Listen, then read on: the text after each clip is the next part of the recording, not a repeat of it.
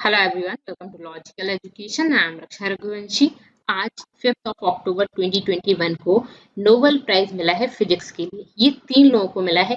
कौन है ये, क्या रिसर्च थी इनकी और उस रिसर्च की क्या बेनिफिट्स होंगे, क्या उसका यूज है, वो सब चीजें हम इस लेक्चर में डिस्कस करेंगे। काफी इंपॉर्टेंट है।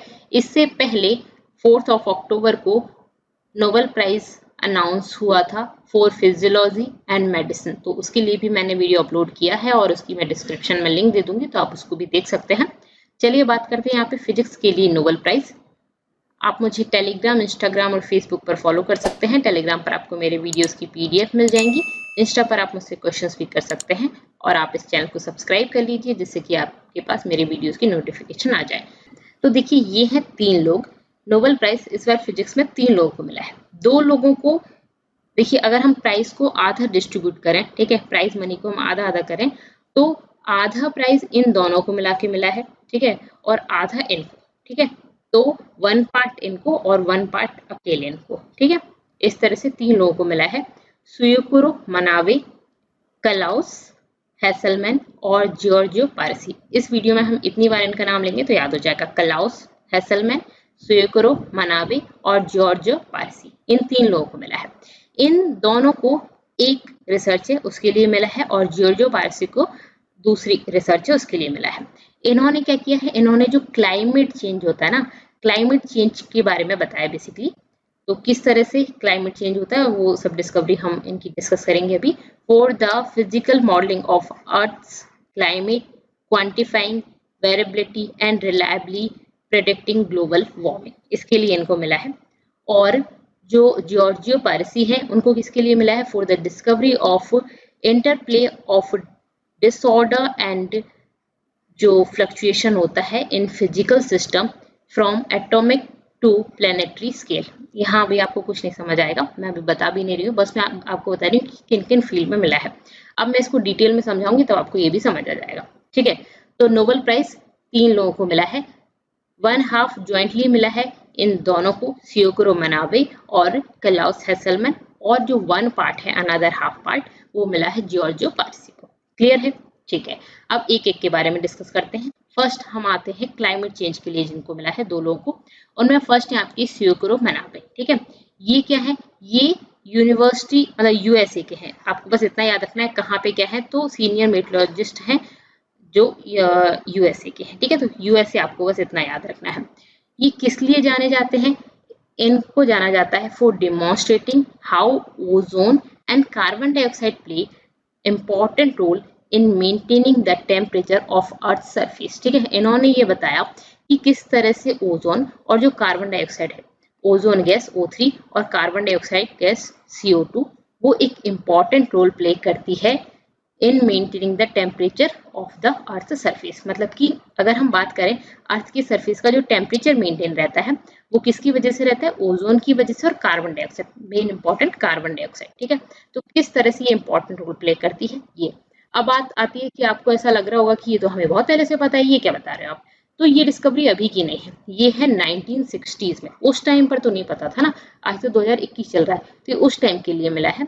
तो इन 1960s मतलब लेट 1960s में इनकी टीम ने डेवलप किया सर्कुलेशन मॉडल, एक सर्कुलेशन मॉडल बनाया। जिस तरह से अर्थ में सर्कुलेटरी मॉडल होता है, तो वही बेसिकली एक अर्थ ही मान सकते हो आप, ठीक है। एक एटमॉस्फेयर डिजाइन किया इन्होंने, तो एक सर्कुलेशन मॉडल बनाया, तो उसमें चीजें सर्कुलेट होती रहे, जैसे कि एटमॉस्फेयर, ओशियन, लैंड सिस्टम, ठीक है। एक सर्कुलेटरी मॉडल जिसका नाम रखा, जिसमें एटमॉस्फेयर के लिए उन्होंने गैसेस वगैरह डाल दी, ओशियन के लिए सॉल्टेड वाटर डाल दिया, और लैंड के लिए जो मिट्टी वगैरह वो डाल दी हुई। तो इस तरह का इन्होंने एक सर्कुलेटरी मॉडल बनाया। मतलब हम बात करें कि अर्थ है तो छोटा ही अर्थ का मॉडल बना दिया इन्होंने, ठीक है। और उस पर फिर उन्होंने रिसर्च की, उसमें देखा and used it to study greenhouse gases, ठीक है। ये जो सर्कुलेटरी मॉडल था उस पर इन्होंने रिसर्च की, उसको देखा, उसको ऑब्जर्व किया। उस इस जो सर्कुलेटरी मॉडल को जब इन्होंने ऑब्जर्व किया तो इसका इन्होंने क्या यूज किया, एक स्टडी करने में ग्रीन हाउस गैसेस और इंक्रीजिंग टेम्परेचर, किस तरह से टेम्परेचर बढ़ता है, अगर हम कौन सी गैस बढ़ा दें तो टेम्परेचर बढ़ जाएगा, ठीक है। ग्रीन हाउस गैसेस की स्टडी करने में इन्होंने इसका यूज किया बेसिकली, ठीक है। क्लियर है। तो उन्होंने एक सर्कुलेशन मॉडल बनाया था उस टाइम पर 1960s में, जिसमें इन्होंने ग्रीन हाउस गैसेस की स्टडी की और किस तरह से टेम्परेचर इंक्रीज होता है उसकी स्टडी की। 1975 में इनकी टीम ने वो पेपर पब्लिश कर दिया, ठीक है। तो ये 1975 में 1960s लेट 1960s में इन्होंने स्टडी की और फिर इस पेपर को पब्लिश कर दिया। ये जो इन्होंने इनका जो पब्लिकेशन था उस जो पब्लिश्ड पेपर में क्या था कि टेम्परेचर चेंज होता है resulting from doubling the present carbon dioxide concentration. इस एटमॉस्फेयर में उन्होंने कुछ गैसेस डाली थी तो ऑब्वियसली वही कार्बन डाइऑक्साइड भी डाली होगी। तो अगर हम कार्बन डाइऑक्साइड का कंसंट्रेशन डबल कर देते हैं 1% से अगर हम 2% कर देते हैं फॉर एन एग्जाम्पल, तो उसमें टेम्परेचर में क्या और कितना चेंज होगा, ठीक है। तो कार्बन डाइऑक्साइड का कंसंट्रेशन बढ़ने की वजह से टेम्परेचर में क्या चेंज होगा इन्होंने ये बताया, ठीक है। Model he use for study, ये जो मॉडल इन्होंने स्टडी के लिए यूज किया था ना, इसी को ही यूज किया गया become a tool for simulation of global warming. तो ग्लोबल वार्मिंग किस वजह से होती है उसकी स्टडी के लिए बेसिकली हम मतलब ये एक टूल की तरह काम आया, ठीक है। तो यही इनका मॉडल हमने इसकी रिसर्च के लिए काम में लिया। ओके, तो ये बेसिकली इनका है। तो इन्होंने क्या बताया कि ओजोन और कार्बन डाइऑक्साइड किस तरह से रोल प्ले करती है अर्थ की सरफेस का टेम्परेचर मेंटेन करने में। अगर इन्होंने कार्बन डाइऑक्साइड का कंसंट्रेशन बढ़ा दिया तो किस तरह से टेम्परेचर इंक्रीज हो जाएगा, ठीक है। तो हमारी बॉडी से जो हम कार्बन डाइऑक्साइड निकालते हैं तो वो कार्बन डाइऑक्साइड निकलने के बाद कार्बन डाइऑक्साइड बढ़ जाती है, उससे अर्थ का टेम्परेचर भी बढ़ रहा है, ठीक है। Climate change. अब बात आती है दूसरे जो साइंटिस्ट थे, ये दो लोगों को एक साथ मिला था, ठीक है, डॉक्टर हैसलमैन। ये जो डॉक्टर हैसलमैन है वो क्या है, तो वो जर्मनी से हैं। आपको यही इतना याद रखना है कि वो जर्मनी थे और ये कहाँ से थे, तो ये यूएसए से थे, ठीक है। ओके, ये कहाँ से, जर्मनी से हैं।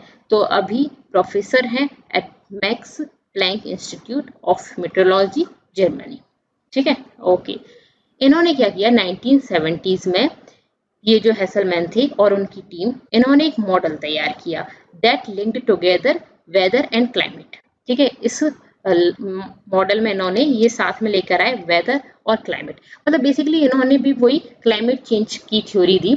इन्होंने वेदर क्या होता है, वेदर शॉर्ट टर्म के लिए होता है और क्लाइमेट लॉन्ग टर्म के लिए।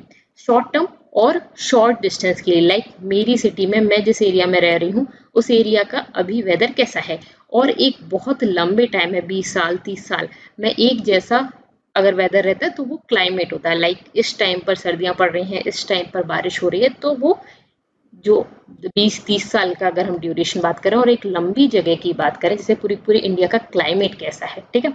हम क्या बात करते हैं, इंडिया का क्लाइमेट कैसा है, लेकिन इस टाइम पर दिल्ली का वेदर कैसा है, यूपी का वेदर कैसा है। तो वेदर एक शॉर्ट टाइम के लिए और शॉर्ट जगह के लिए यूज किया जाता है, क्लाइमेट लंबे टाइम के लिए और बड़ी जगह के लिए यूज किया जाता है। तो बेसिकली इन्होंने देखा कि उस मॉडल में कि शॉर्ट टर्म में क्या इम्पैक्ट होता है और लॉन्ग टर्म में क्या होता है। तो वेदर और कंडीशन, ठीक है, वेदर और जो क्लाइमेट है उन दोनों को लिंक किया इन्होंने, ठीक है।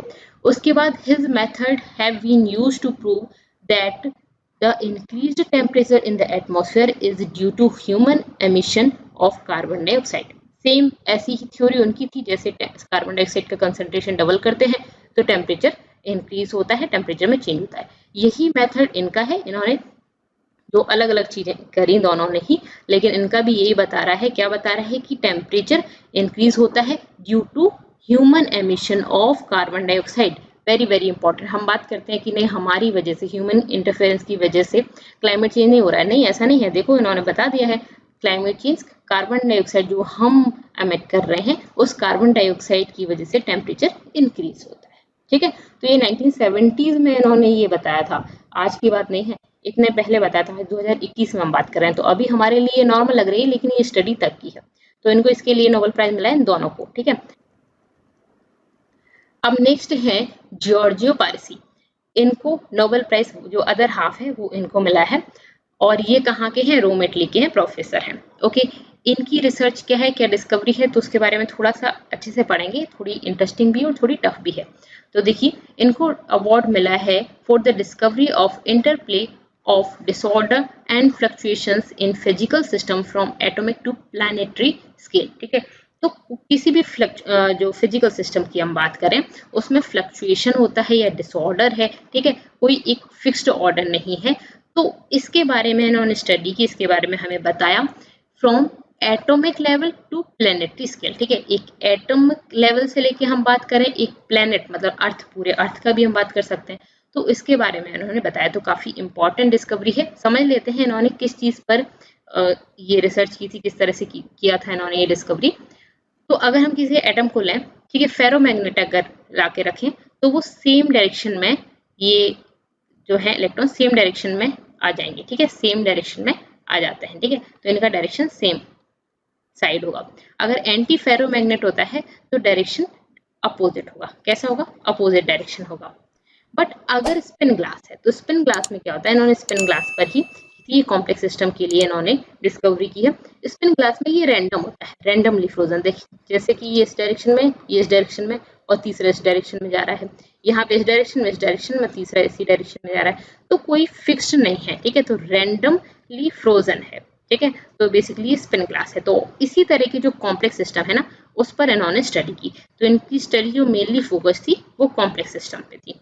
ओके, इन्होंने जो फोकस था वो कॉम्प्लेक्स सिस्टम पे था, पार्टिकल फिजिक्स, ठीक है, और स्टैटिस्टिकल फिजिक्स पर इनका फोकस था, ठीक है। तो मेनली कॉम्प्लेक्स सिस्टम के लिए इन्होंने वर्क किया और ये इनकी डिस्कवरी है। इस तरह से इन्होंने रिसर्च की। अब इस साल इनको प्राइज और भी मिला था, इन्होंने वॉल्फ प्राइज जीता था फिजिक्स में, ठीक है।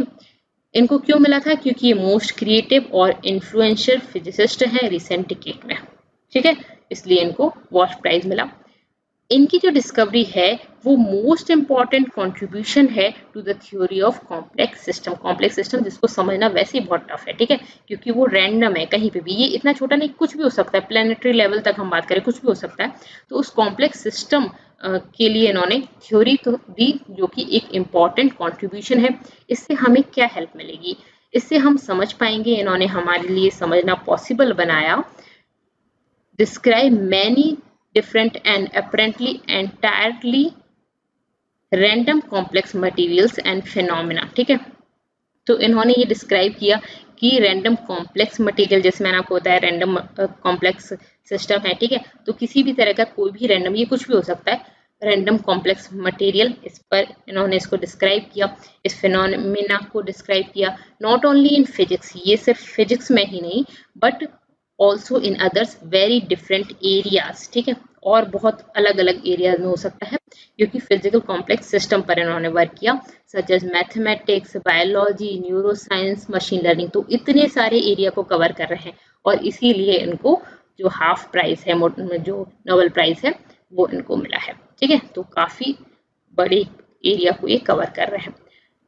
His work has a large impact on diverse branches of physical science, ठीक है, इनका जो वर्क है वो लार्ज इम्पैक्ट डाल रहा है on diverse branches of physical science. कौन कौन से एरियाज? तो ये सभी के सारे एरियाज हैं, spanning the areas of particle physics, critical phenomena, disordered system, जो मैंने डिसऑर्डर्ड सिस्टम आपको बताया, क्रिटिकल फिनोमिना जिसका कुछ ऑर्डर फिक्स नहीं है या किसी भी डायरेक्शन में है, as well as optimization theory and mathematical physics, ठीक है। तो ये इसलिए इम्पोर्टेंट है। इसके अलावा डॉक्टर पारसी को और भी बहुत सारे अवार्ड मिले हैं कॉम्प्लेक्स सिस्टम में वर्क करने के लिए। इन्होंने कॉम्प्लेक्स सिस्टम पर जो वर्क किया, तो कौन कौन से अवार्ड्स मिले हैं इनके बारे में जान लेते हैं। मैक्स प्लांक मेडल मिला इनको 2011 में, high energy and particle physics prize मिला 2015 में, लार्स ऑनसेगर प्राइज मिला 2016 में, और 2018 में मिला पोमरेंचक प्राइज, ठीक है। तो ये भी इनको प्राइजेस मिले हैं। काफी इंपॉर्टेंट डिस्कवरी है और इसमें इंपॉर्टेंट क्या है जो आपसे एग्जाम में पूछा जाएगा, फिजिक्स में किस किस को नोबेल प्राइज मिला, ठीक है। 2 लोगों को किसके लिए मिला? क्लाइमेट चेंज के लिए स्टडी के इन्होंने। तीसरे को किसके लिए मिला? तो ये कॉम्प्लेक्स सिस्टम, और कॉम्प्लेक्स सिस्टम के बारे में आपसे पूछा जा सकता है कि कॉम्प्लेक्स सिस्टम पर वर्क किया उसके लिए मिला इनको, ठीक है। तीसरी चीज आपसे पूछी जा सकती है कि जो स्पिन ग्लास है, ज्यादा से ज्यादा ये पूछा जाएगा स्पिन ग्लास क्या है, तो उसके बारे में मैंने आपको बता दिया, ठीक है। इनकी डिस्कवरी क्या थी वो भी हमने अच्छे से डिस्कस कर ली, बट आपको यहाँ पे सिर्फ याद इतना ही रखना है कि किस तरह का वर्क किया उन्होंने। बहुत पहले वर्क किया था और जो डिस्कवरी थी वो उस टाइम पे क्लाइमेट चेंज हमें नहीं पता था और इतना सब कुछ उस टाइम पे हम नहीं जानते थे, तो उनकी डिस्कवरी भी काफी इंपॉर्टेंट है और उसके लिए उन्हें अवार्ड मिला, ठीक है। तो बेसिकली 3 लोगों को मिला है फिजिक्स के लिए प्राइज। यहाँ पे हमने ये डिस्कस किया। लास्ट लेक्चर में हमने नोबेल प्राइज कब स्टार्ट हुआ, और सबसे पहले किसको मिला, ये सब चीज़ें भी हमने डिस्कस कर ली थी, सबसे पहले कब मिला। और यहाँ पे ये हमारा लेक्चर कंप्लीट होता है। आपको कैसा लगा मुझे जरूर बताइएगा, पसंद आया तो वीडियो को लाइक कर दीजिए, और शेयर नहीं करते हैं आप लोग तो अपने फ्रेंड्स के साथ शेयर जरूर करिएगा please. And thank you so much for watching.